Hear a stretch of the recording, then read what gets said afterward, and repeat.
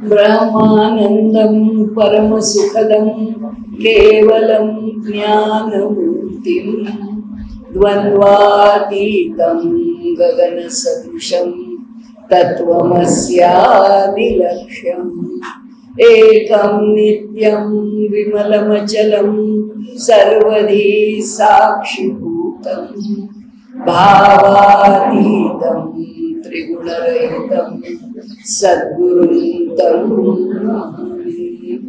जयाची सद्गुरु शरण मन वाणी काया अपार करुणा गणगंगा कृपाभिलाषिया जेथ प्रचितीचे बोलणे भावोत्कट सहजतया आदरे वंदिते सद्गुरो वरदानंदराय पुंडलीक वरदा हरी विठ्ठल सद्गुरु ज्ञानेश्वर तुकाराम महाराज की जय। सद्गुरु दासगणू महाराज की जय। स्वामी वरदानंद महाराज की जय। जय जय रघुवीर समर्थ। नमः पार्वती पते हर हर महादेव। भारत माता की जय। सद्गुरु की जय।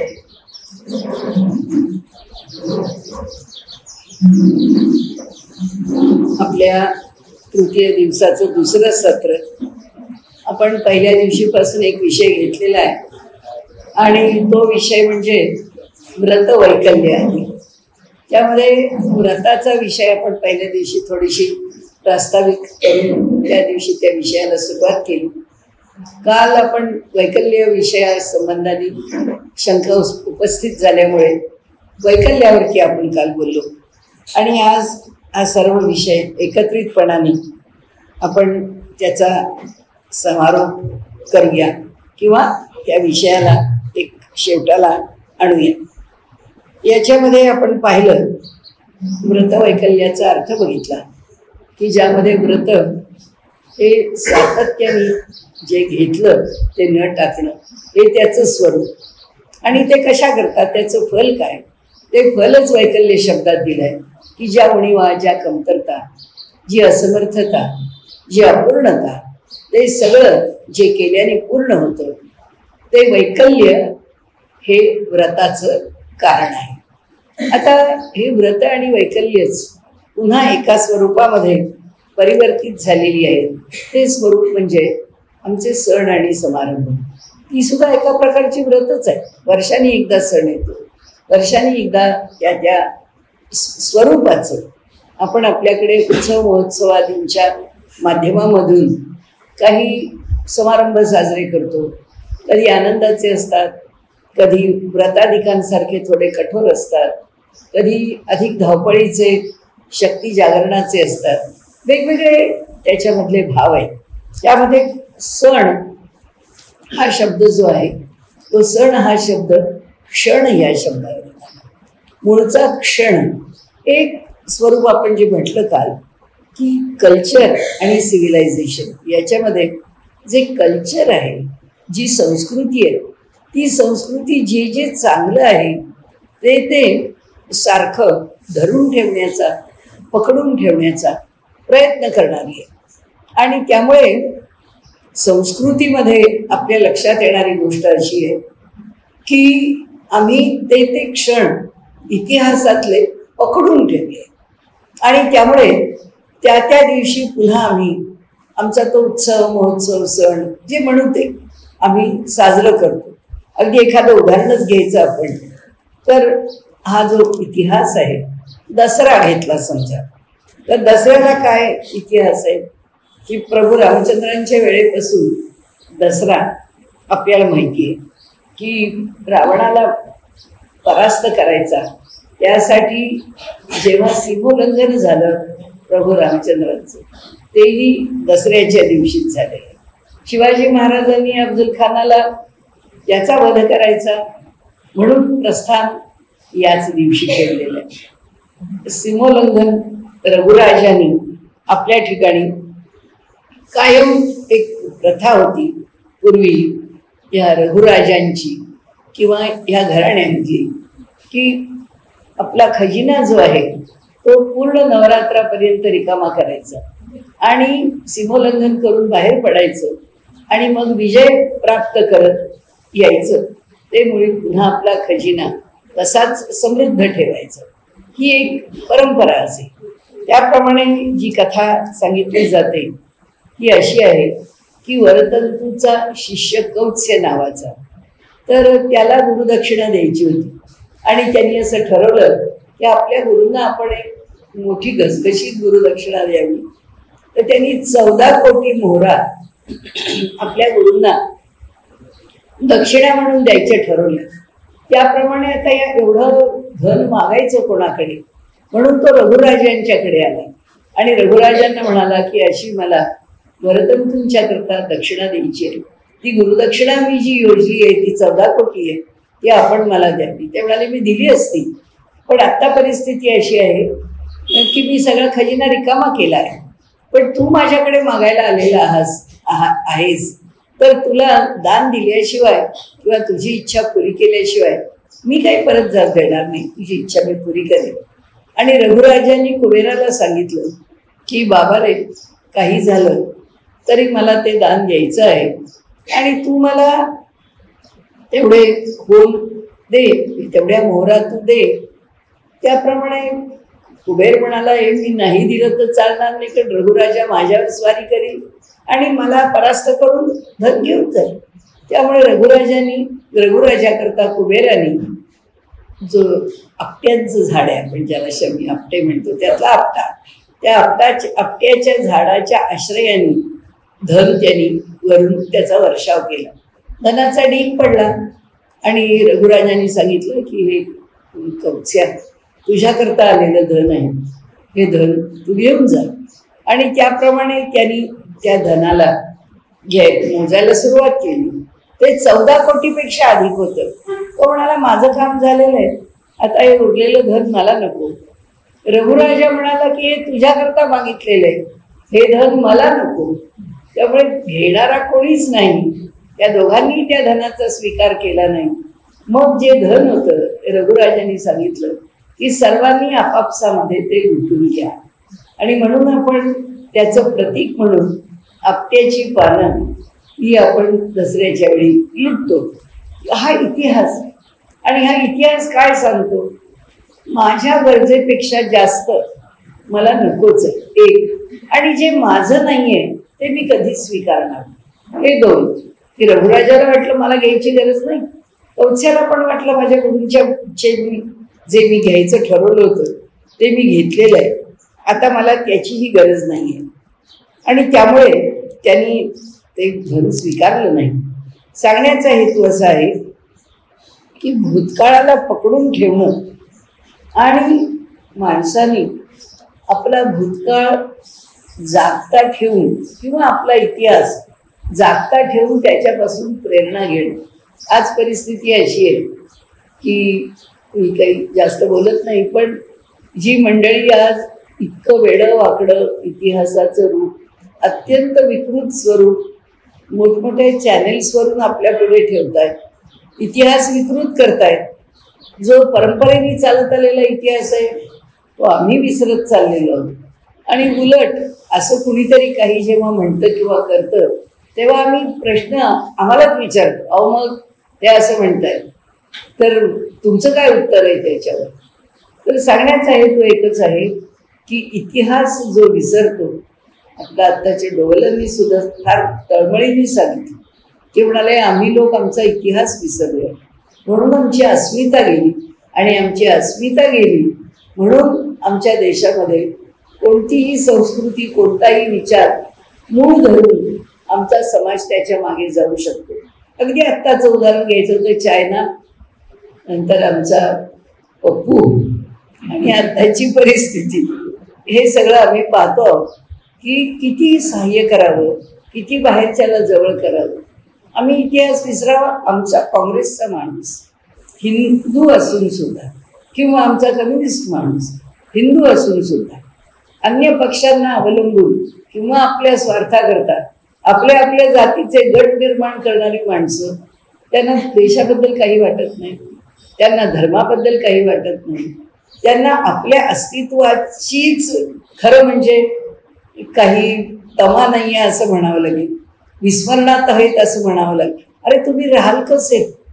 कारण तुम्हाला जर आत्ता तुम्ही आपापसात भांडत आहात, परस्पर स्वार्था करतात, पण हिंदू म्हणून तुम्हाला कुणीच शिल्लक ठेवणार नाही, त्यांना ठेवायचंच नाही आहे. हा हिंदुस्थान हिंदूंचा ठेवायचाच नाही, हिंदू हिंदू राहणार नाही. ज्या दिवशी मुस्लिम समाज सगळा ताबा घेईल त्यावेळी सगळे हिंदू सरसा कत्तल तरी होतील, आणि नाही तर ते जे कत्तल व्हायला तयार नाहीत आम्ही मुसलमान होऊ म्हणतील ते मुसलमान तरी होईल. आजपर्यंतचा अनुभव तोच आहे. हा समाज जितका मुसलमान झाला तो बळजबरीने झाला, आणि जो झाला नाही तो कमी होत गेला, तो संपत गेला, तो नष्ट झाला. असो, पण ही जी बाजू आहे ती बाजू आम्हाला लक्षात ठेवावीच लागेल. आमचा भूतकाळ आम्ही जर धरला हाताशी, किंवा त्याचं स्मरण जर आम्ही केलं तर त्या इतिहासातूनच आम्हाला शिकायचं, त्या इतिहासातूनच आम्हाला पुढे जायचं आहे. आणि म्हणून हे जे सण आहेत, हे सण समारंभ आपण पहिल्या दिवशीपासून म्हणतोय की हे कोणतेच विषय इतके हलक्यात घेण्यासारखे नाही, त्या प्रत्येक विषयाला गांभीर्य आहे. असो, आता पुढे एक दुसरा विषय मांडायचा, तर हा जसा सणांच्या बाबतीत एक प्रातिनिधिक म्हणून आपण विजयादशमीचा इतिहास या ठिकाणी मांडला, सीमोल्लंघनाचा विचार मांडला, त्याच्याबरोबर आपट्यांची पानं आपण सुवर्ण म्हणून दान करतो त्याचा एक विचार मांडला. आता दुसरा ऋषीपंचमीचं व्रत आहे. हा जसा सणाचा मांडला तसा एक व्रताचा मांडायचा. तर ऋषीपंचमीच्या दिवशी सर्व ऋषींचं पूजन केलं जातं, स्मरण केलं जातं. त्या स्मरणाकरता त्यांचा एक श्लोक चांगला आहे, तो कश्यपोत्रीही भरद्वाजो विश्वामित्रस्तु गौतमः जमदग्निर वसिष्ठश्च सप्तैते ऋषयः स्मृताः, असं म्हणून त्या दिवशी त्यांचं स्मरण केलं जातं. या सगळ्या ऋषींनी या जगाकरता, या विश्वाकरता, या संबंध ब्रह्मांडाच्या कल्याणाकरताच कार्य केलं, सर्व अंगांनी केलं. निसर्ग म्हणून केलंय, काल म्हणून केलंय, समष्टी म्हणून केलंय, व्यष्टी म्हणून केलं आहे. आणि व्यष्टीला जगवण्याकरता जे जे आवश्यक आहे आणि जे जे त्याच्याकडनं किंवा त्याच्याकरता करणं किंवा करून घेणं शक्य आहे ते सगळं ह्या ऋषींनी आपल्याकरता केलं आहे. ह्या ऋषींच्या करता एक वर्गच करायचे ऋषींचे, तर एक 3 वर्गांमध्ये ऋषींचं आपल्याला स्वरूप स्मरण करता येईल. एक ब्रह्मर्षी, दुसरे राजर्षी आणि तिसरे देवऋषी, की ज्यांनी ब्रह्मज्ञान प्राप्त करून घेतलेलं आहे आणि जे ऋषी त्या समाजाच्या कल्याणाची तळमळ बाळगून आहे, अशांना हे ब्रह्मर्षी ज्ञानी आहेत, अधिकारी आहेत, समर्थ आहेत. आणि हा समाज खूप सुंदर या ऋषींची चरित्र आहे. कधीतरी एखाद्या वर्षी आपण ऋषी चरित्राचा सुद्धा विषय घ्यायला हरकत नाही, सप्तऋषी आणि त्यांची चरित्र. तर जे चरित्र आहे त्यामध्ये आता आपण म्हटलं तसं की जे ब्रह्मर्षी आहेत त्यांनीच आमच्या समाजाचं कल्याण केलं, त्यांनीच रघुराजासारख्या या वसिष्ठ परंपरेने जगाला आदर्श असणारा, आपण नेहमी म्हणतो की रशियासारखा कम्युनिस्ट देश सुद्धा तो म्हणतो आम्हीही रामराज्याची अपेक्षा करतो, त्यांनाही रामराज्य मान्य आहे. मान्य आहे हे सांगण्याचं कारण असं की इतका विचारांनी नाठाळ असलेला आणि इतका आमच्या दृष्टीने पाया नसलेला असा देश सुद्धा जेव्हा रामराज्य मानतो तेव्हा त्याचं मोठेपण केवढं आहे हे सगळं अगस्ती आदी मुनींच्या बरोबरच आपण वसिष्ठ मुनींचं चरित्र जर स्वतंत्रपणे एक राज्य म्हणून बघितलं तर आपल्या लक्षात येईल की त्या चरित्राचं महात्म्य काय. असो, परंतु यामध्ये हा जो दुसरा राजर्षी आहे की जो राजा आहे पण तो त्या राज्यामधून मिळणारं जे काही धन आहे, साधन आहे, तो म्हणजे त्या संबंध राज्याचा तो उपभोग शून्य स्वामी, तो कोणत्याही प्रकारचा उपभोग त्यातून घेत नाही. त्याचा पूर्ण खजिना हा फक्त समाजाकरता, त्याच्या राज्याकरता, लोकांकरताच आहे. असा जो आहे तो राजर्षी आहे आणि तो पुन्हा रामराजा आहे, की रामासारखा राजा पुन्हा जगभरामध्ये. म्हणून तर रामाचं मंदिर होऊ द्यायचं नाही. रामाचं मंदिर झालं तर आजही पैजेवर माणसं बसलेली आहेत की हे टिकू द्यायचं नाही. कारण बनवताना ज्या भूमिकेतून किंवा ज्या त्याच्या आर्किटेक्टचा विचार केला त्यामध्ये 1000 वर्ष तरी ज्याला एवढाही धक्का लागणार नाही इतकी त्या सगळ्या वापरलेल्या सामानाची योग्य ती काळजी घेऊन आणि बांधकाम करून अत्यंत भक्कम बांधलेलं मंदिर आम्ही टिकूच देणार नाही इतका जबरदस्त विडा घेतलेलाच आहे. की हे मंदिर आपण काल परवा बोललो त्याप्रमाणे आपल्याला माहीत असलेलं, आपल्याला ज्या घटना ज्ञात आहेत असं किंवा जी माणसं आपल्याला माहिती आहेत असं, त्यातून आपल्याला कळतं की समाजामध्ये कार्य करणारं जे नेतृत्व आहे त्याला सुद्धा यांना टिकून द्यायचं. त्यांनाही हे संपवत आहेत. त्यांना फक्त ते नेतृत्व संपण्याची गरज आहे. त्यांचं आयुष्य संपावं, नाहीतर त्यांना पदच्युत तरी करावं. हे झालं की आता याच्या पुढची पायरी एकच आहे, या देशामध्ये एकही मंदिर शिल्लक राहणार आणि एकही हिंदू शिल्लक ठेवायचा नाही. ही एकच भूमिका इतकं कठोर आहे. ज्या देशाला या ऋषींनी अशा प्रकारे उभं केलं, दुर्दैव आहे की आमच्यातच फूट आहे ना. आज आमच्यातच एक एक पक्षाची माणसं आमच्याच विरोधात उभी राहत आहेत. स्वतःचं त्यांना काय स्वार्थ आहे, आपल्या अस्तित्वाला काय धोका आहे, ह्या सुद्धा गोष्टी ते लक्षात घेत नाही. असो, पण इथे जो राजर्षी आहे, जो ब्रह्मर्षी आहे, तो समाजामध्ये पुन्हा पुन्हा अशा प्रकारचे प्रसंग आले तरी समाज सुधारत राहतो. आजच्या समाजात सुद्धा जे ऋषितुल्य व्यक्तिमत्व आहे, अशी ऋषितुल्य व्यक्तिमत्व लक्षात घेऊन त्यांचं मार्गदर्शन घेऊन समाज जाईल तर समाजाचं कल्याण होईल. पण त्यांच्या विरोधात जाण्याकरता पक्ष आणि पंथोपंथ निर्माण करून जर आम्ही त्यापासून दूर गेलो तर समाजाचं भवितव्य काही बरं नाही. आणि तिसरा हा जो देवर्षी आहे, हे ब्रह्मर्षी, हे राजर्षी, हे मानवाकरता व्यष्टीकरता कार्य करतात. पण जे देवर्षी आहेत ते मात्र देव, मानव, दानव सगळ्यांकरता एका भूमिकेतून कार्य करणार आहेत. त्यातलं आपल्याला माहीत असलेलं व्यक्तिमत्व म्हणजे नारदांचं आहे.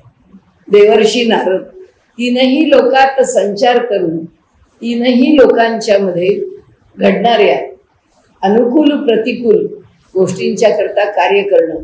आणि म्हणून आपल्याकडे ऋषी पंचमी आली. आता आपल्याला मनात येईल की आपण ते बैलाच्या मेहनतीचं खायचं नाही वगैरे, त्याच्या मागच्या ज्या कथा आहेत त्या सगळ्या कथांच्या अनुसार आम्ही आमचं त्या सणाचं किंवा त्या व्रताचं किंवा त्या दिवसाचं महत्त्व किंवा महात्म्य कसं वाढवावं किंवा कसं सांभाळावं, एकच गोष्ट आपल्याला करता येईल. हे वादाचे मुद्दे ज्या ठिकाणी उभे राहतात आणि पुढची पिढी आणि मागची पिढी ज्या गोष्टीवरून एकमेकांशी फारकत घेते, तिथे हा एकच मुद्दा प्रभावी ठेवा. आणि तो मुद्दा म्हणजे त्या दिवसाचा, त्या क्षणाचा इतिहास. कशाकरता हा क्षण जपायचा आहे? वावरेवर लाखो वर्ष आमची काही कथा आली असेल. आपलं नेहमी करताचं एक मत असं आहे की आमची पुराणं ही काही पुराणातली वांगी पुराणात याच्याकरता आलेली पुराणं नाही. आमचं कोणतंच वाङ्मय हे निष्प्रयोजन नाही. त्याचं काही ना काहीतरी प्रयोजन आहे. माहीत नाही आपल्याला की त्याचं प्रयोजन काय आहे, कोणत्या दिवशी उलगडेल. त्याचा उलगडा करणारी माणसं ज्या दिवशी येतील त्या दिवशी आम्हाला त्याच्यातून काही उलगडा होईल तेव्हा होईल. पण आज तरी ते जसं आहे तसं स्वीकारून पुढे चालून त्याचं नेमकं आता आम्ही आमच्या मनाला निशंक करण्याकरता आणि आम्हाला त्याच्यातून काही बोध घेण्याकरता काय स्वीकारणं शक्य आहे, हे स्वीकारणं शक्य आहे. हा त्याच्या मागचा जो इतिहास आहे तो इतिहास किती उज्ज्वल आहे. त्या इतिहासातून आम्हाला काय घेता येण्यासारखं आहे, त्या इतिहासाचं स्वरूप आजच्या काळाला कशा प्रकारे आपल्याला वापरून या काळामधला समाज बदलता येईल किंवा त्याचं प्रबोधन करता येईल. एक तर गोष्ट इतकी सत्य आहे की ज्या वयामध्ये कुठल्याही प्रकारे मनात शंका कुशंका नसतात अशा बालवयात मुलांच्यावरती या कथांचे संस्कार करा. त्याचा फायदा काय होतो की जे ऐकलं आहे ते मनावर पक्क रुजलेलं असतं, त्यामधून अपवाद होणारच नाही. तसं नाही. 80% मुलं त्या विचारांनी प्रभावित होती, 20% मुलं नाही प्रभावित होतात. कुणी शशी थरूर असतील, आणखीन कुणी कोण असतील की घरात मिळणारे संस्कार सुद्धा कितीही चांगले मिळून विपरीत विचार करणारी माणसं आहेत. आपल्या इकडच्या पुष्कळ माणसांची नावं घेता येतील की जे लेखक आहेत, जे राजकारणात आहेत किंवा जे अनेक क्षेत्रांमध्ये काम करतायत. आपल्याला माहिती आहे की विपरीत भूमिका ते कशी मांडतात, पण असो आपल्याला एवढाच भाग लक्षात घेता येतो की समाजामधला 20% भाग नेहमीच सोडावा लागतो. कळत नाही असाही 20% सोडावा लागतो आणि कळून विपरीत वागणाराही 20% सोडावा लागतो. आपल्याला मधल्या 60% काम करायचं की 60% समाज हा या विचारांनी पुढे गेला तर ज्याला कळत नाही तो अंधानी किंवा अंधानुकरण म्हणू तसं अंधत्वाने अनुकरण ठीक आहे, मोठी माणसं करतायत.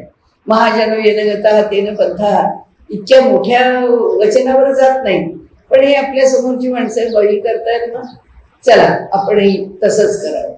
असा गतकानुगतिक असणारा समाज हा 20% आहे. तो क्वचित अज्ञानी असेल, क्वचित विचार न करणारा असेल, क्वचित काही कशावरही विश्वास ठेवून चालणारा असेल. पण 20% समाज बुद्धिवान असतो, त्याला समजत असतं, त्याची काही विकृती असते, त्याच्या काही भूमिका असतात त्या योग्य नसतील. एखाद्याची ज्याला आपण सिनिक वृत्ती म्हणतो अशी एक तिरपाकडे वृत्तीचीच माणसं जन्माला आलेली असतात.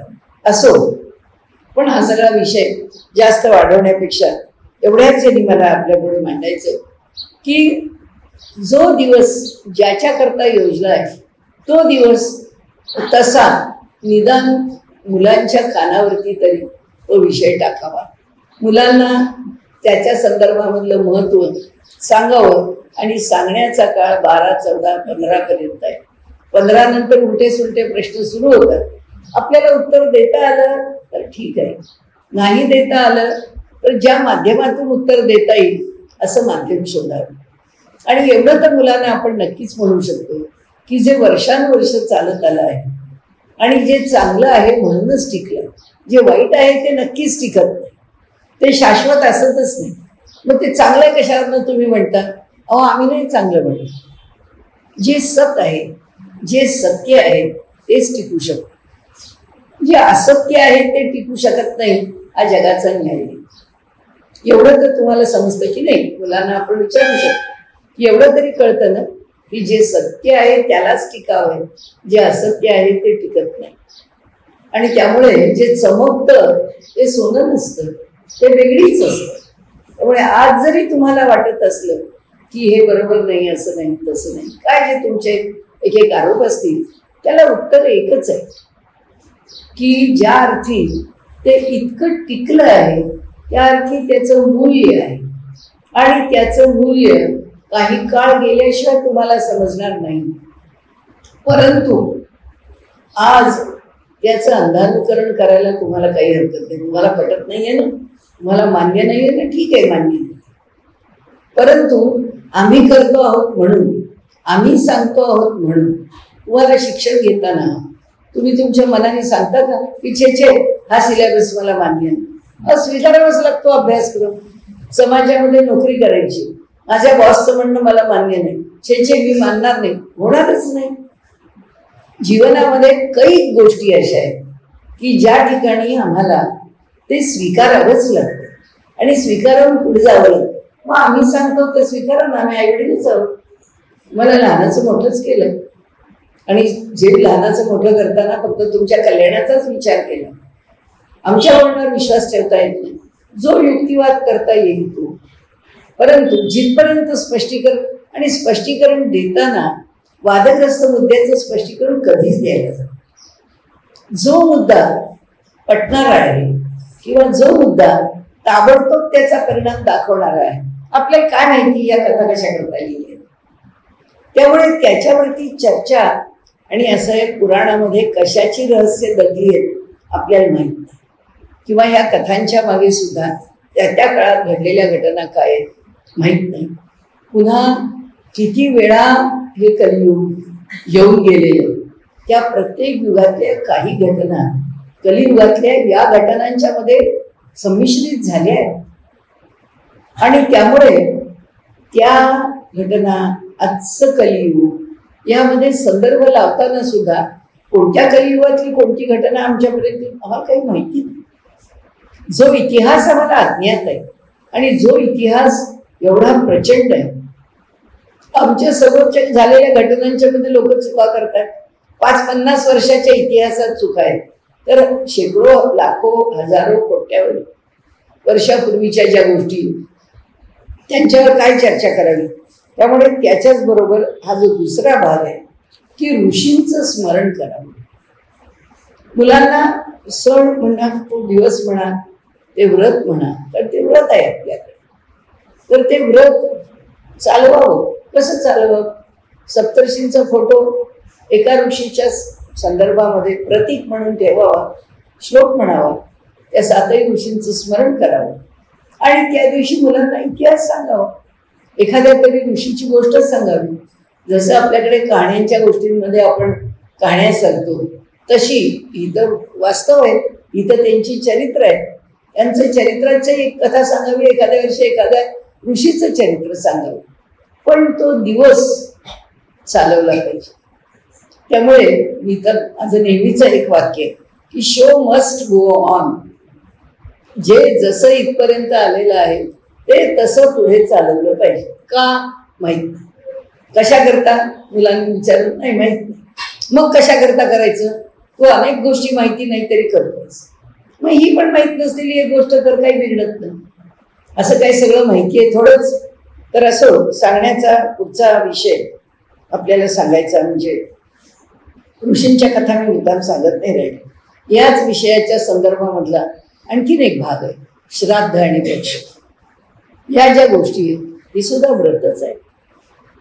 हे त्यांचं कृतज्ञतापूर्वक स्मरण रोज सकाळच्या नमस्कारामध्ये खरं म्हणजे असलं पाहिजे की आपल्या घरी आपण देवाला नमस्कार करतो, त्यावेळी पितरांचं स्मरण आहे आपल्याकडनं जरूर झालंच पाहिजे. जसं देवता स्मरण आहे तसं पितृस्मरण आहे.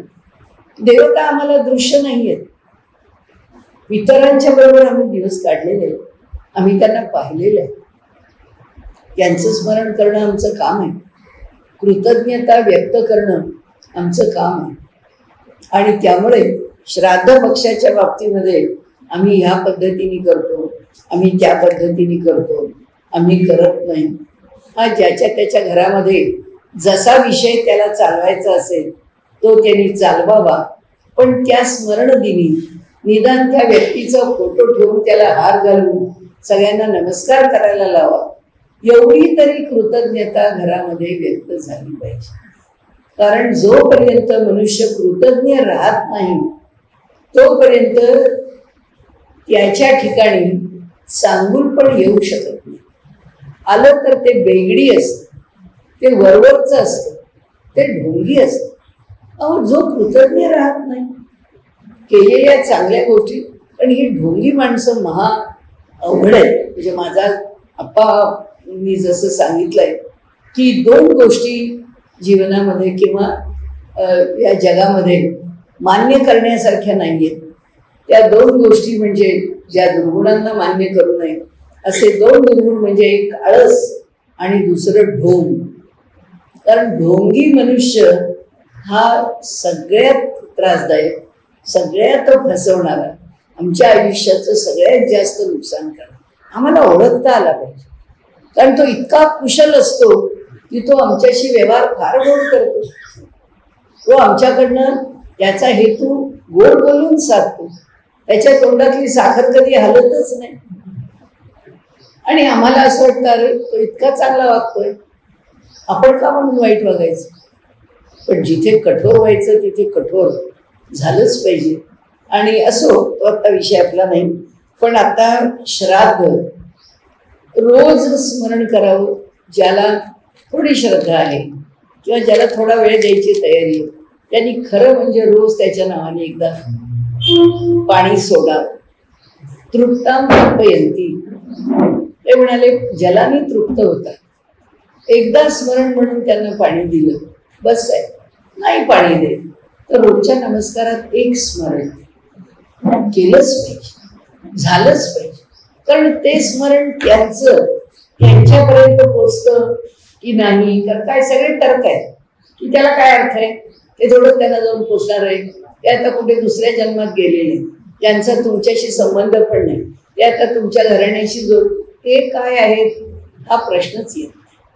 प्रश्न माझा आहे, प्रश्न व्यक्तीचा आहे, प्रश्न त्या त्या ठिकाणी घडणाऱ्या गोष्टींचा की आम्ही काय करावं, आमच्या बाजूनी काय करायचं. आमच्या बाजूनी एक ते आमचे पितरच आहे. काही पाहिजे का? आमच्या बाजूनी आमचा प्रश्न आहे, आमच्या बाजूनी दुसरा नाहीये, दुसरा काय म्हणतो नाहीये. आमच्या बाजूनी आम्ही काय करायचं एवढंच ऋण आहे त्यांचं आमच्यावर. ते जे ऋण आहे, ऋण जर आम्ही न मानू तर नुकसान आमचं आहे, त्यांचं काहीच नाही. त्यांचं स्मरण आम्ही न करू तर नुकसान आमचं आहे. आणि त्यामुळे जसं देवता ऋण आहे की रोज हे सगळं आम्ही रोजच्या सांभाळण्याचाच विषय आहे की रोज काहीही झालं तरी देवाला नमस्कार तरी किंवा झालाच पाहिजे. आपल्या मुलांच्या मध्ये जर नास्तिकवाद असेल किंवा आपण स्वतः पण नास्तिक असू तरी सुद्धा एक नमस्कार ठोकलाच पाहिजे देवाला. पटो न पटो, त्याच्याकडे पाहो न पाहो. अशा रामायणाच्या कार्यक्रमामध्ये नीलू कुर्लेकर म्हणून हार्मोनियम वाजवायला यायची. तर जेव्हा तो कार्यक्रम खूप घाईघाईने ठरला तेव्हा त्यांनी सांगितलं की कुणीतरी हार्मोनियम वाजवायला पाहिजेत, नाही तुम्ही रामायण आपलं रामचरित मानसच करायचं, मग ते गायल्याशिवाय कसं होईल. मग गायला कोणीतरी आहेत आमच्या, पण हार्मोनियम कोण वाजवणार, मग ती वाजवेल. मग तिने आम्हाला पुष्कळ सांगितलं, रघुराज तुळशीबागवाल्यांनी तिला की तू या हार्मोनियम वाजवायला. म्हणाली येते. तर पण म्हणाली माझ्या अटी आहेत सगळ्या. तर ते म्हणजे त्या सगळ्या अटी कल्याणी त्यांना सांगा. तुळशी आली माझ्याकडे, म्हणाली बघा पेटी मी आणणार नाही, पेटी मी उचलणार नाही, मी जागेवर ठेवणार नाही, मी आतमध्ये नेऊन ठेवणार नाही, मी तिथे आले तुम्ही रामाला नमस्कार करायला गेलात तरी मी रामाला नमस्कार करणार नाही, मी रामाकडे पाहणार नाही, मी खाली बांध, जर मी पूर्णपणे नास्तिक आहे, मी खाली बांध घालून पेटी वाजवेल. म्हटलं सगळं आम्हाला मान्य, तू पेटी वाजवायला तयार आहेस ना, बस आहे, ह्याच्यापेक्षा आम्हाला दुसरं काही नको. आली पहिल्या दिवशी आणि पेटी वाजवायला, आणि आम्ही तिची पेटी नेली, सगळं तिच्या नियम अटींप्रमाणे केलं. आणि शेवटी ती रामनाम बाकीचे बदल म्हणजे तुलसीदासांचे दोहे सोरठ वगैरे वाजवत चांगलीच होती, तो काही प्रश्नच नव्हता. पण सगळ्यात शेवटी आमची ती रामनाम नौका, आम्ही म्हणजे ताई केळकरांचं वगैरे त्यांचं आम्ही ती म्हणत असू. तर ती रामनाम नौका म्हणायला लागल्यानंतर जवळजवळ 700-800 लोक, 1000 लोक काय होते ते सगळ्यांकडे आम्ही कागद दिलेले असायचे. ते सगळे लोक ते रामनाम नौका म्हणायचे. तर ती रामनाम नौका झाली आणि आली की ती रामाला नमस्कार करायला. मग म्हटलं अगं तू अशी कशी येतेस रामाला नमस्कार करायला आमच्यावर. नाही म्हणाली मला एकदम काहीतरी वेगळंच वाटतंय म्हणून आली, नमस्कार केला, घरी गेली. आणि रात्री मला 10:30-11ला फोन केला तिने. ती म्हणाली की माझा नवरा अमेरिकेत असतो, पण म्हणाली मी आल्याबरोबर त्याला म्हटलं की हे बघ मी नास्तिक असलेली नीलू आज आस्तिक झालेली आहे. आणि मला फोन केला. आणि फोन कशा करता केला तर म्हणाली कल्याणीताई 1000 लोक एक रचना इतक्या प्रेमाने म्हणतात, म्हणाली आपोआप माझ्या मनामध्ये प्रेम. अगं म्हटलं असंच असतं, आपली मुलं सुद्धा आमचा विश्वास नाही, आम्ही नास्तिक आहे, काही असू दे, तू कसा असशील तसा, तुला जे पटत नसेल ते न पटू दे. पण अशा किती गोष्टी आपल्याला सांगता येतात की व्यवहारामध्ये माणसं आपल्या मनात काही आग्रह धरून बसतात आणि त्या आग्रहाने आम्हाला मान्य नाही, आम्हाला ते मान्य नाही, आम्हाला ते करायचं नाही, आम्हाला हे करायचं नाही. श्राद्ध ही गोष्ट अशीच आहे, पक्ष ही गोष्ट अशीच आहे की ते 2 दिन सांभाळलेच पाहिजे, ती कृतज्ञता सांभाळलीच पाहिजे. आणि खरं असं आहे, त्याच्या मागे अगदी आपला स्वार्थ जरी म्हटला आणि त्याचा तर्क जरी विचारात घेतला तरी आज आहे या परिस्थितीत आम्हाला देवाने दिलेलं जी काही समृद्धी आहे, अन्न धान्य राहणं खाणं पिणं, त्यानंतर आमच्या स्वास्थ्याने आमचं जीवन आम्ही जगतोय, कुणाच्या जीवावर जगतोय, हे माझ्या जीवावर मी नाही जगत आहे, माझ्याकरता कुणीतरी तर्पण करतंय, कुणीतरी माझ्याकरता त्यागतंय म्हणून मी आज भोगते आहे. दुसऱ्याच्या त्यागावर आपला भोग अवलंबून आहे. तेव्हा आपण जेव्हा दुसऱ्याकरता तर्पण करतो त्यावेळी ही व्यक्ती तर भोगत असतेच, पण आपल्या तर्पणातून आपणही आपलं पुण्य निर्माण करत असतो की जे पुण्य या समाजाला कृतज्ञ करत असते. कारण एक लक्षात ठेवलंच पाहिजे की मला मिळणारी प्रत्येक गोष्ट, मला मिळणारं समाधान वैभव हे माझं नाही, हे कुणीतरी मला, कारण काय शेवटी आपल्या आयुष्याचा विचार केला तर भगवंतानी आम्हाला भोगायला काय द्यायचं, तो कर्मफलाचा दाता आहे. या जन्माकरता त्यांनी हे सगळं त्याच्या चाळणीतून ही कुंडली कशाला निर्माण करून दिली, तो कोणतीही कुंडली निर्माण करून देऊ शकला असता. त्यांनी ज्या अर्थी हे आम्हाला निर्माण करून दिलंय त्या अर्थी काहीतरी पुण्याची बाजू आमची आहे. आणि आपल्याकडे असं म्हटलंय की त्यामध्ये श्राद्ध अग्रणी आहे की जेव्हा मनुष्य तर्पण करतो, जेव्हा मनुष्य पितरांना समाधानी सुखी ठेवतो तेव्हा तो त्याच्या ठिकाणी सुखी समाधानी होतो. हा एक भाग झाला. त्याच्या पुढे जे सण समारंभ घडतात किंवा ज्या गोष्टी आपल्या जीवनात येतात त्या नवरात्र आहेत. तर ही जी नवरात्र आहेत ती 3 नवरात्र आहेत वर्षभरामध्ये, आणि त्या 3ही नवरात्रांच्या मध्ये शक्ती जागरण हा खरा म्हणजे मूलभूत भाग आहे. की आम्ही पहिलं नवरात्र तर देवीचं आहे, ते तर सरळ सरळ शक्ती जागरणाचं आहे. देवीकडनं शक्ती घेऊन विजिगीषू जीवनवाद जगणारा वैदिक हा घराबाहेर पडतो किंवा राज्याबाहेर पडतो आणि समराकरता युद्धाकरता सिद्ध होतो. त्याच्याकरता सिद्ध होण्याच्या पूर्वी अश्विनी प्रतिपदा ते अश्विनी नवमी असं 9 दिवसाचं अनुष्ठान नवरात्र म्हणून केलं जातं. 9 दिवस का अमुक का नको, 9 दिवसात काय शक्ती मिळते का? 9 दिवसात नसतेच मिळत. वर्षाचे 12 महिने आपण करतच असतो, त्या 9 दिवसात विशेषत्वाने करतो. आणि 9 हा अंक वाढणाऱ्या संख्येतला शेवटचा अंक आहे. त्यामुळे आता पुढे 1वर 0 10 येणार आहे, 1वर 1 11 येणार. त्यामुळे दिवस किती? 9, 1 ते 9. 9 दिवसाचं नवरात्र म्हणजेच अश्विनी नवरात्र, प्रतिपदेपासून नवमीपर्यंत हे देवीचं नवरात्र, शक्ती प्राप्त करून घेण्याकरता केलेली देवीची विशेषत्वाने उपासना. त्यानंतर येतं ते चैत्र प्रतिपदा ते चैत्र नवमी. दशमीला त्याची समाप्ती होते.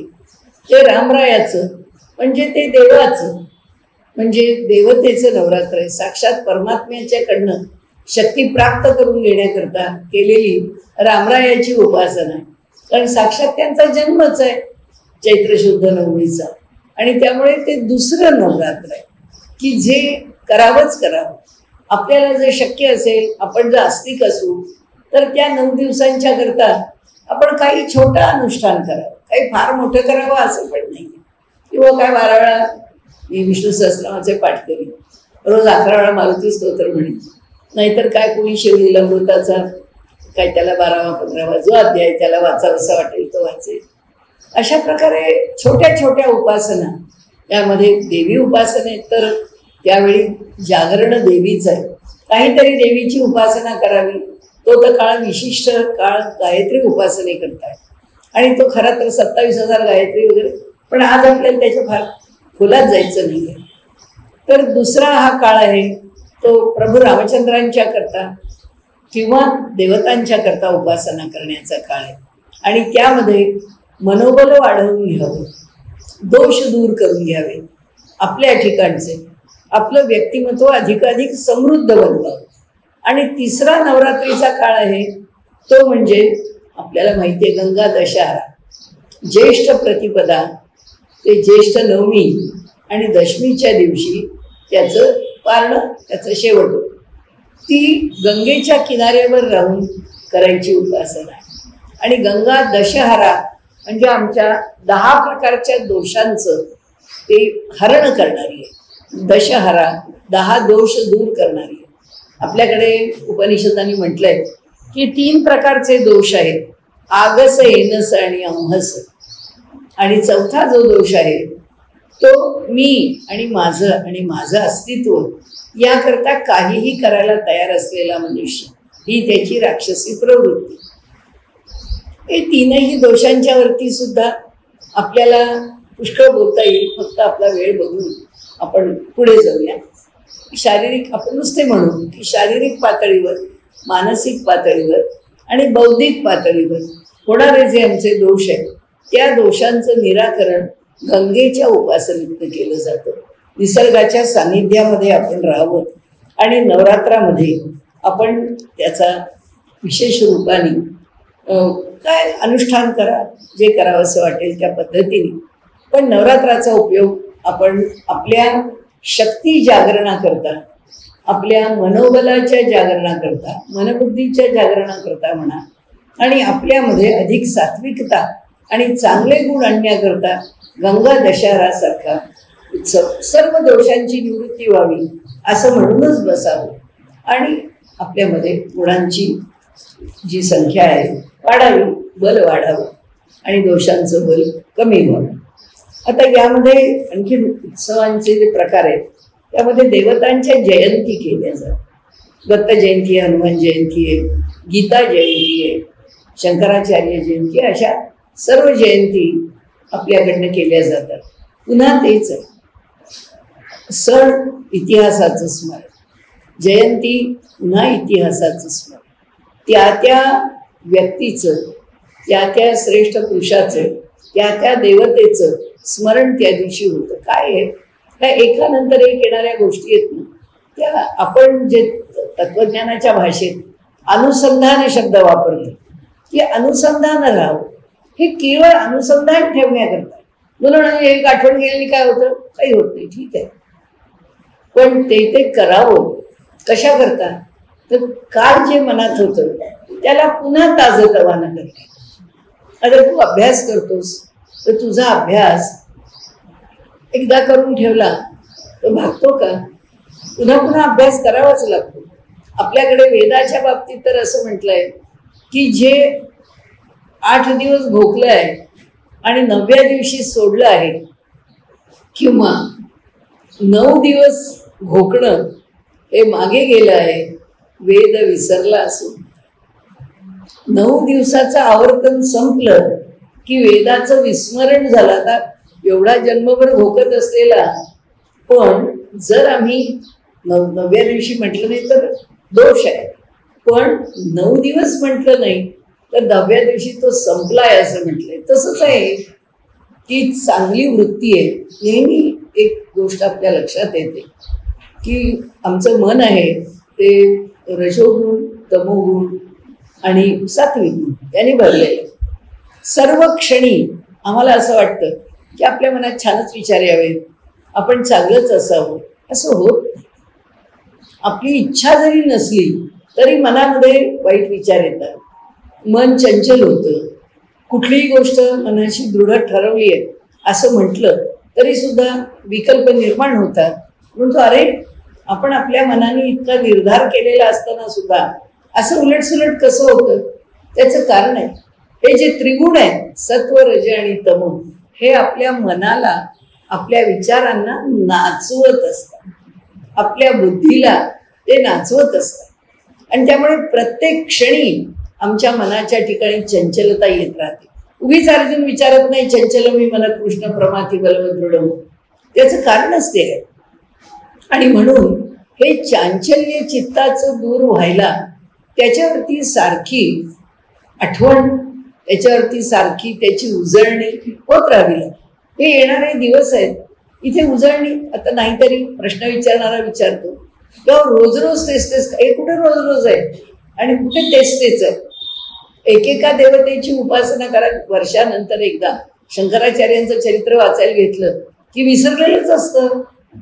पुन्हा एकदा वाचायला, अरे आपल्याला गेल्या वेळेचं लक्षात नव्हतं बरं का, हे आता आपण पहिल्यांदाच वाचतोय असं वाटतं. कुठे पहिल्यांदा वाचत असतो, वाचलेलंच असतं. पण पुन्हा शेवटी असं आहे की नित्य नूतनता ही काही बुद्धीची किंवा विचारांची किंवा आचाराची फारशी काही चांगली स्थिती नाहीये. रोज नवं काय करायचंय, रोज नवं काय आणणार, एक काय आणणार म्हणून नाही, पण रोज नवं काहीच करू शकत. रोज घ्या पाकक्रियेच्या 1000 पाकक्रिया रोज घरात व्हायला लागल्या तर त्या पोटाचं काय होईल सांगा. थोडे थोडे बदल म्हणून जेवतो तर ऍसिडिटी होती, पोट बिघडतंय. आणि असंच जर तुम्ही म्हणजे आम्ही मुलांना म्हटलं की तुम्ही जर करायला लागला, रोज जर रोज रोज 30 पूजा काय करायची, रोज तेच स्तोत्र काय म्हणायचं. अरे वाचिलेची वाचावे, विवरिलेची विवरावे, मोठ्यांनी आम्हाला सांगितलेला उपदेश आहे. त्याचं कारण असं की जे काल केलं आहे ते आज केलं कीच ते प्रगट्ट होतं. आज केलं की उद्या केलं, उद्या केलं की परवा केलं, त्याला एक परिपक्वता जी आहे, कारण त्याच्यामध्ये एक प्रकारचं सामर्थ्य जे आहे ते रोज वेगवेगळं करून येत नाही, तेच घटवत राहावं लागतं. घटवून घटवून समर्थ बनतो. ते ऋषी काही उभीच होत नाही, एखाद्या विषयातला तज्ज्ञ मनुष्य काही उभीच होत नाही, एखादं संशोधन उभीच उभं राहत नाही. श्रेष्ठ शास्त्रज्ञ एकेका गोष्टीवरती आयुष्यभर संशोधन करतायत, कामं करतायत, तेव्हा ती गोष्ट हाती लागते. म्हणजे शेवटी असं आहे की जो नाकारतो आणि जो नित्य नूतनता स्वीकारतो तो जीवनात काहीच मिळवू शकतो. आजच्या आर्टिफिशियल इंटेलिजन्सवरती आज जो आरोप आहे तो हाच आहे ना की दर 6व्या तासाला टेक्नॉलॉजी बदलतीये. ही 6 तासाला बदलणारी टेक्नॉलॉजी आम्हाला स्थिर कधी करणार आहे. आणि आमच्या बुद्धीचे आत्ता जे चाललेले म्हणजे काय वाटोळं म्हणा, धेंडवडे म्हणा, त्याचं नुकसान म्हणा, त्याच्यावरती होणारे परिणाम म्हणा, शब्द काही वापरा, पण ते जे काही घडतं आहे त्याचा परिणाम कशाचा आहे, ही नित्य नूतनतेचा परिणाम. सारखी टेक्नॉलॉजी बदलायला लागली तर कोणती ॲब्सॉर्ब करणार आहे, कोणती अडॉप्ट करणार आहे, करताच येणार नाहीये. आणि इतकं सतत बदलत राहणारं जीवन हे माणसाला स्थिर ठेवूच शकत. त्यामुळे मुलांचा जो आरोप आहे ना की रोज पूजा काय करायची, रोज तेच काय म्हणायचंय, ते देवाचं स्तोत्र एकदा कळलं, आता पूर्वी झालं, आता ते पुन्हा सांगत बसू असं नाहीये. त्याच गोष्टीचा संस्कार जो इतका सामर्थ्य संपन्न आहे तो संस्कार आम्हाला सामर्थ्यशालीच बनवणार आहे. आणि त्यामुळे जो हा विषय ना मुलांच्या मनामध्ये की हे असं काय करायचं काय करायचं नाही, तर त्यामध्ये आपल्याला नक्की त्यांना एक उत्तर आहे की तुमची ही बुद्धी स्थिर जी आहे की आम्ही तुम्हाला स्थिर वाढवलंय म्हणून नाही. आम्ही जर तुमच्यासारखेच राहिलो असतो, रोज तुम्हाला एका ठिकाणी ठेवलं असतं, आज ह्या क्रेशमध्ये, उद्या त्या क्रेशमध्ये, परवा त्या शाळेत, तेव्हा आणखी 3ऱ्या ठिकाणी, काय झालं असतं तुमचं? तुम्ही शाणे झाला असता, तुमच्यावर संस्कार झाले असते. संस्कार नावाची गोष्ट आज प्राप्त आहे तुम्हाला म्हणून हे तुम्ही नाही ते बोलताय. जेव्हा तुम्हाला कळतं, म्हणजे मी नेहमी या श्राद्ध पक्षाच्या बाबतीत स्वामी नेहमी म्हणते की अनाथ मुलांना पाहिलं की आपल्याला या सगळ्या गोष्टींची किंमत कळते. कुणाचं नाव सांगावं त्यांनी, त्या अनाथालयात राहणारी मुलं कुणाचं नाव सांगणार, कोणतं घर, काय आहे त्यांना, काय पार्श्वभूमी आहे. अरे आमच्या पूर्वजांनी आम्हाला सांभाळलंय, आमच्याकरता कुटुंब व्यवस्था टिकवली आहे. आमच्या समाजामध्ये जेव्हा बास्टर्ड चाइल्ड जन्माला घातलं नाहीये, आई वडील आहेत तेव्हा मुलं आहे, घर आहे तेव्हा इतिहास आहे.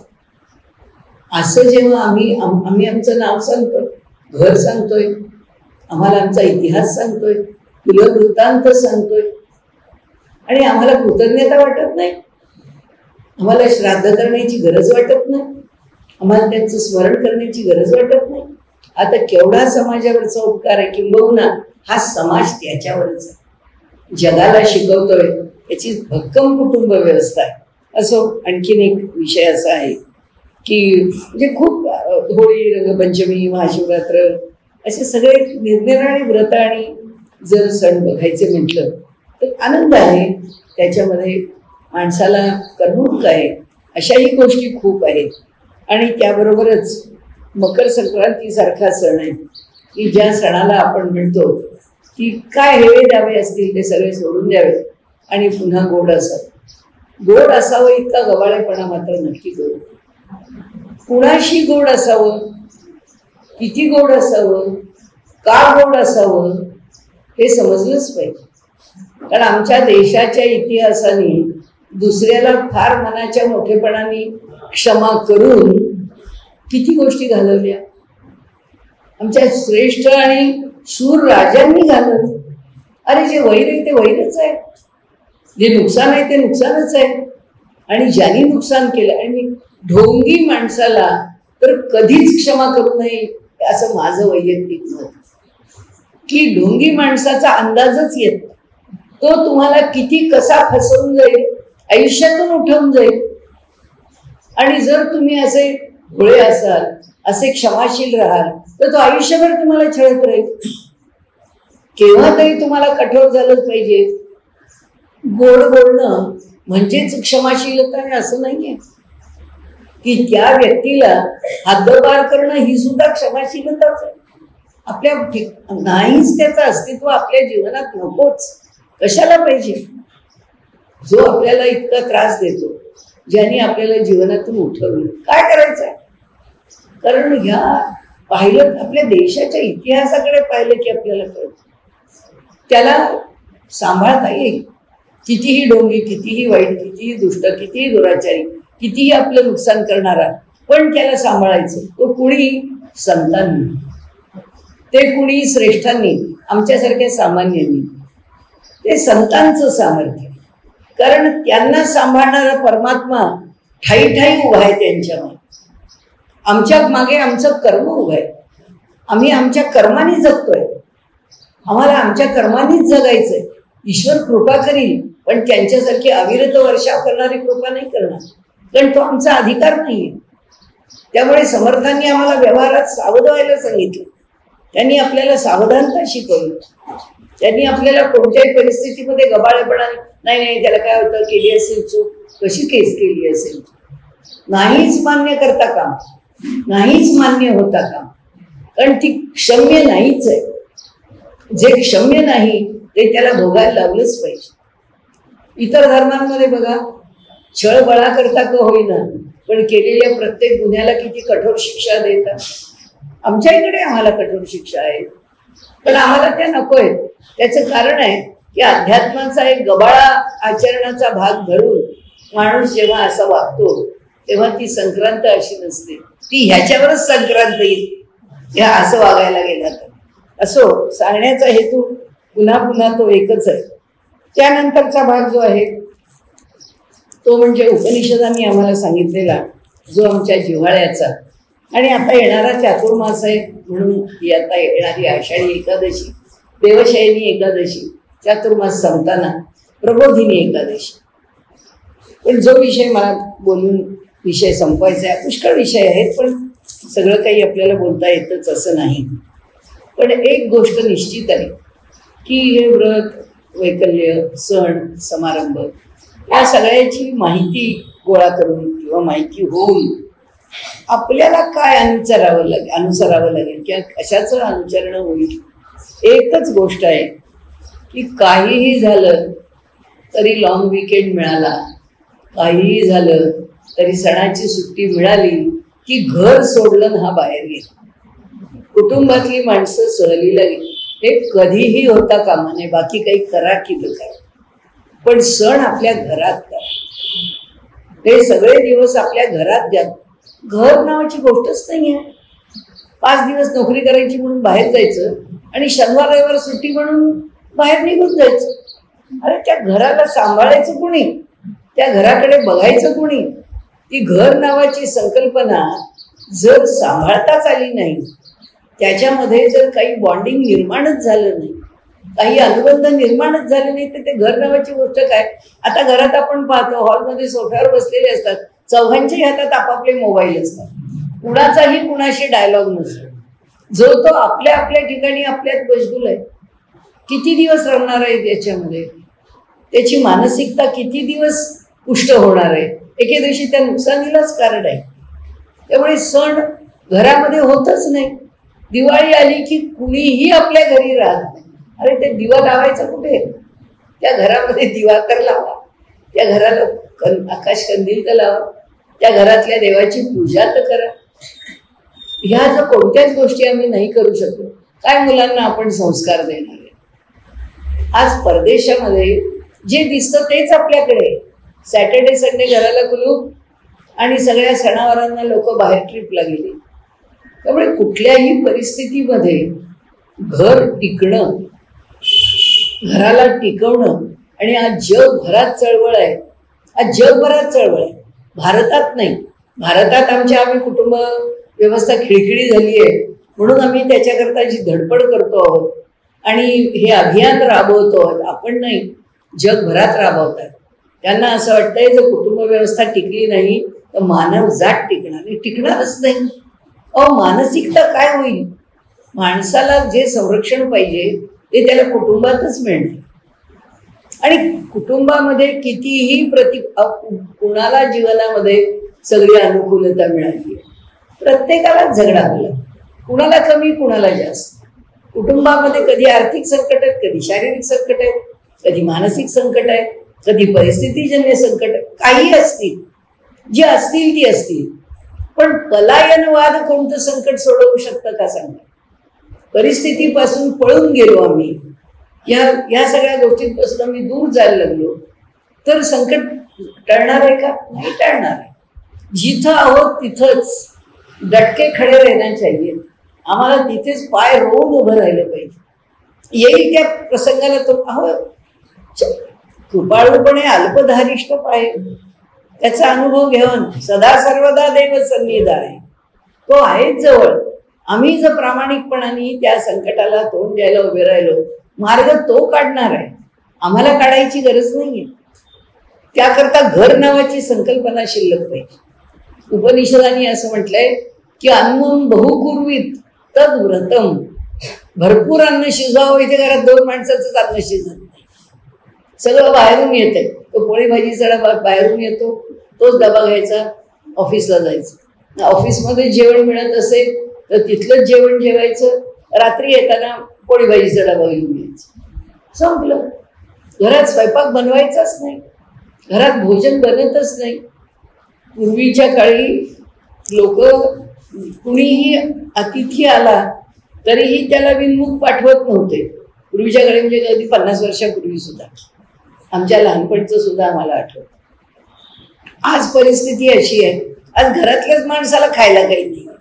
तो जो मुलगा म्हणाला की मी आई मला भूक लागली, अरे तू तर जेवणार नव्हतास, काही नाहीये आता काहीतरी बाहेरून मागव. आता तर काय सगळे डंजो आणि हे तर इतके जवळ आहेत की आता काही बनवावंच लागत नाही. चाललं घर मॅनेज करणं. आता या डंजोरी तर इतकं वेडं केलंय की साधं घरात कांदा नाही, डंजो. अरे 2 कांदे डंजो. कांद्याची किंमत 10 रुपये आणि डंजोची 50 रुपये.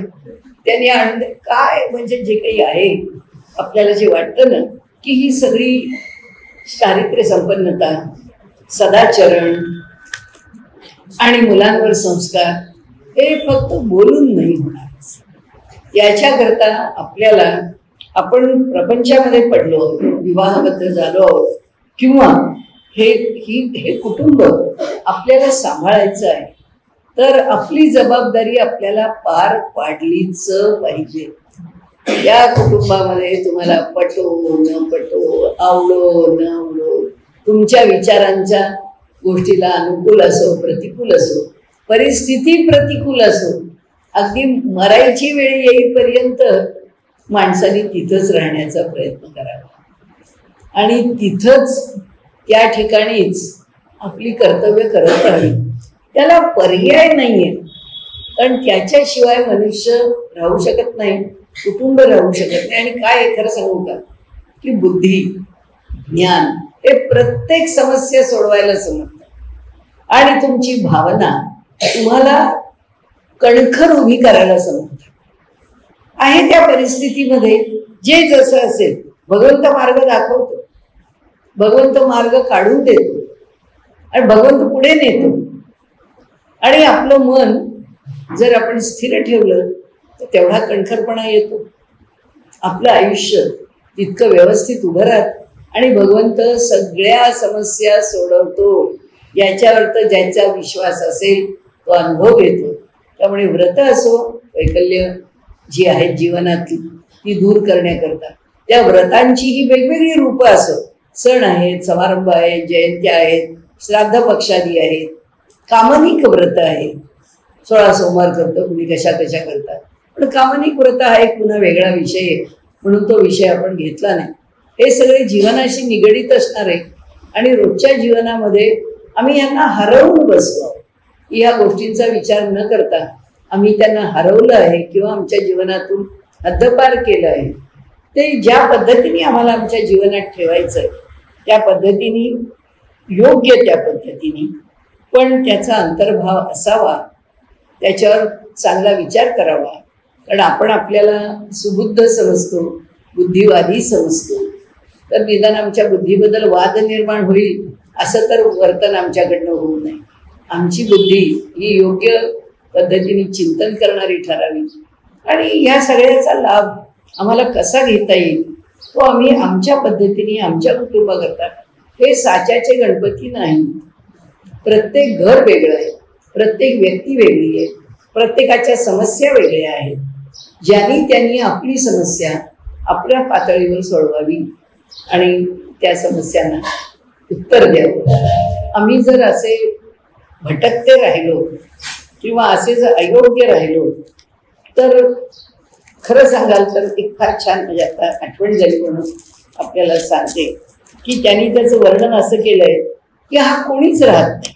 आमची मुलं जेव्हा म्हणतात की आम्हाला हे मान्य नाही, आम्हाला ते मान्य नाही, आम्ही धर्म मानत नाही, आम्ही पूजा मानत नाही, आम्ही आचार मानत नाही, आम्हाला तुमचे सण समारंभ नको, तर त्याच्यावर एकाने उत्तर दिलंय, न संध्याम संधत्ते नियमितम नमाजम न कुरुते.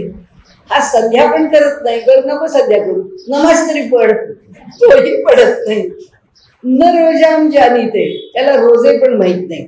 व्रतमपी इदाई नैव कुरुते, व्रतही करत नाही, रोजही धरत नाही.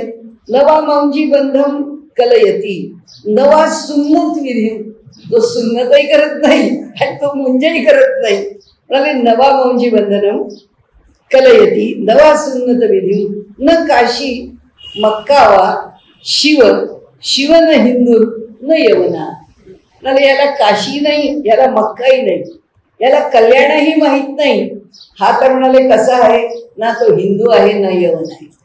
हे आमच्यातले हिंदू जेव्हा असे काहीतरी विचार करतात आणि एका विचाराशी येऊन थांबत नाही, त्याच्याकरता त्यांनी उत्तर दिलंय याला कोण म्हणावं, हा हिंदूही नाही यवनही नाही, त्याला आपल्याकडे व्रात्य असा शब्द आहे की जो धर्माचं आचरण करत नाही त्याला व्रात्य म्हटलंय. असो, विषय पुष्कळ आहे, कितीही आपण बोलत राहिलो तरी कमीच आहे. परंतु एवढ्या मोठ्या विषयावरती मी काही फार आपल्याला न्याय देऊ शकले असं मला वाटत नाही, पण आज थोडासा जास्त वेळ घेऊन मी विषय मांडला आहे. आपल्याला त्यातलं जे बरं वाटेल ते घ्या आणि ठीक आहे, जे सोडण्यासारखं वाटेल ते सोडा. परंतु आज आता या सत्राचा आपण समारोप करूया. श्रीकृष्ण. कुंडलीक वरदा हरिविठ्ठल सद्गुरु ज्ञानेश्वर तुकाराम महाराज की जय. सद्गुरु दासगणु महाराज की जय. स्वामी वरदानंद महाराज की जय. जय जय रघुवीर समर्थ. नमः पार्वती पते हर हर महादेव. भारत माता की जय. सद्गुरु वामन शास्त्री महाराज